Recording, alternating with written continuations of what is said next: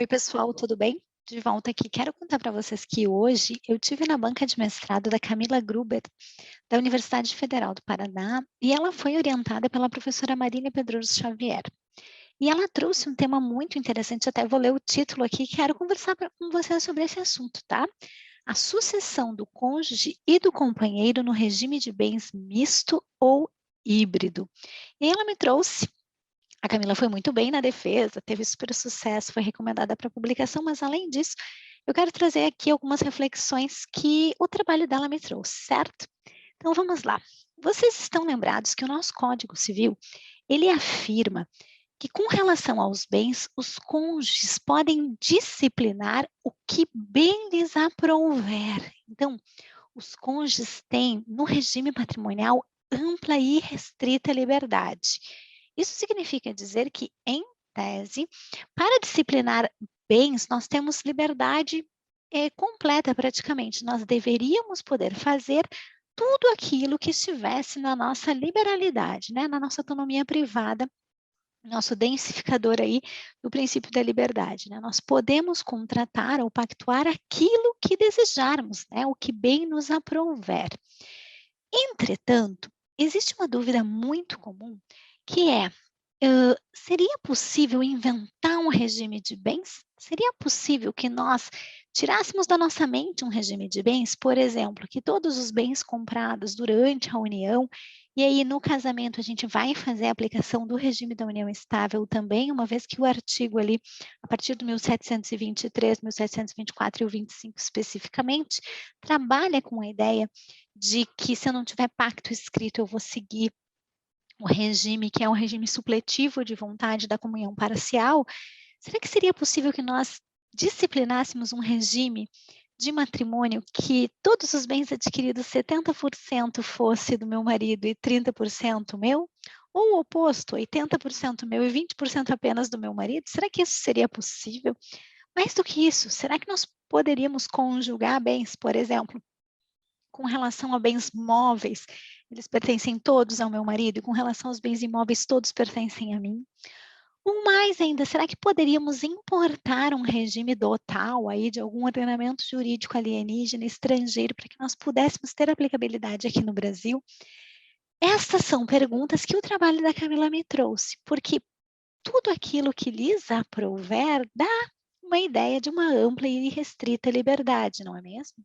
Entretanto, a gente tem algumas reflexões que são pautadas e parametrizadas por duas professoras que eu conheço, aliás, quero recomendar, vou deixar aqui os textos, que é a Fabiana Domingues Cardoso e a professora Cristiana Gomes, Ferreira Gomes, eu acho que é, ou Gomes Ferreira, eu sempre troco o nome dela, desculpa aí, Cris, que trabalham com essa ideia de possibilidade dos pactos antenupciais e pré-nupciais, tendo outras cláusulas. E aí, não bastasse essa pergunta sobre a possibilidade de implementar um regime completamente aleatório, ou com a possibilidade de misturar os regimes, ou mesmo de importar um regime de bens é, de outro ordenamento jurídico, nós temos a pergunta do regime sucessório desse, né? Antes do Código Civil de 2002, nós não tínhamos esse problema. Por quê? Nós tínhamos um regramento para a vida, então o regime de bens ele tinha uma vigência ali na vida do casal, e no momento do óbito, o direito sucessório dava conta disso, sem interferir em nada, nenhuma das opções que a pessoa tinha tomado em vida. Com o advento do Código Civil de 2002, nós temos a possibilidade, nós temos a obrigação, não a possibilidade, de termos de nos vincular o regime sucessório às opções realizadas em vida pelas pessoas.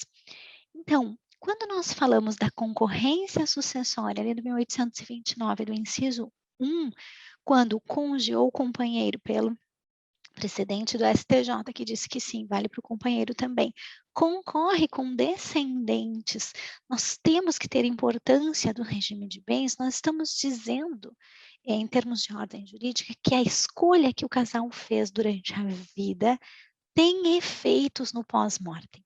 E o fato de existirem esses efeitos no pós-mortem causa mais uma perplexidade quando estamos tratando desses regimes aqui, ou regimes inventados, e aí eu estou exagerando, eu sei disso, mas é só para nós pensarmos e refletirmos, ou regimes mistos ou híbridos, que nós temos um hibridismo relacionado a miscigenação deles, então, ou até a opção de mesclarmos regimes, ou até mesmo a importação. Como que fica o direito sucessório?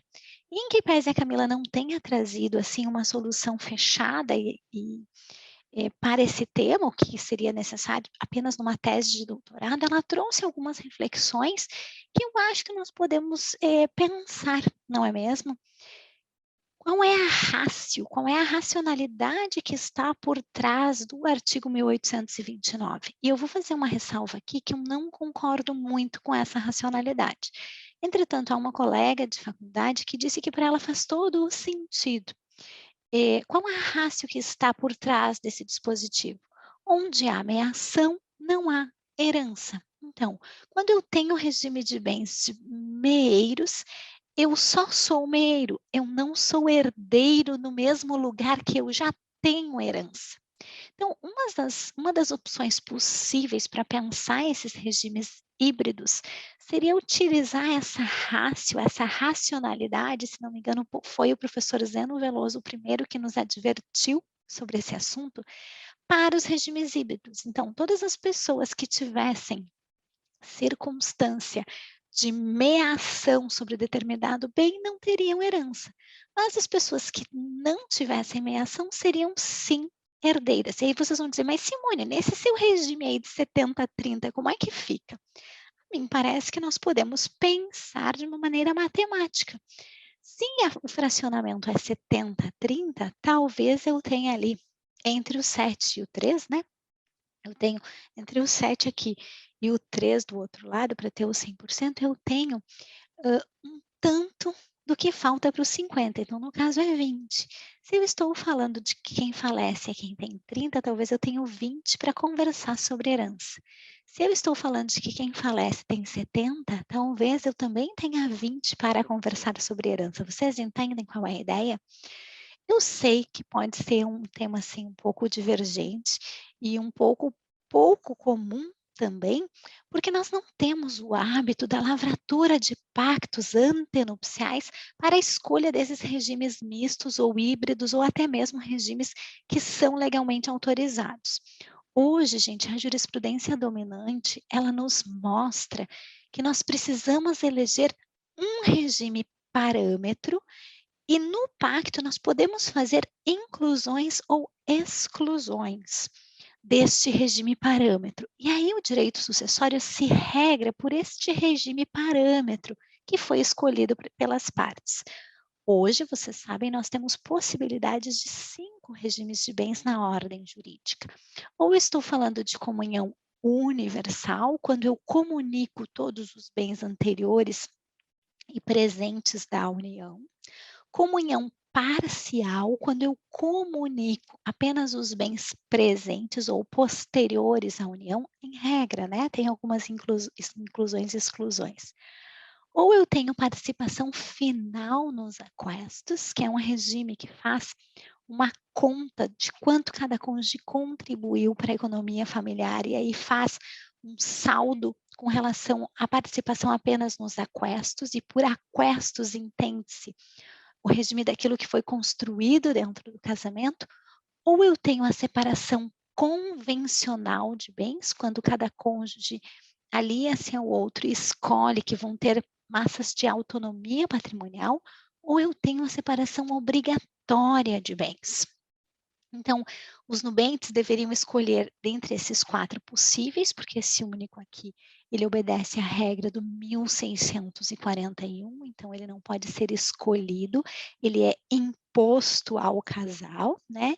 E quem são esses que têm regime imposto? Aqueles que têm mais de 70 anos, aqueles que inobservaram as causas suspensivas da celebração de casamento e de união estável, e o STJ já disse sim, aplica-se as causas suspensivas também à união estável.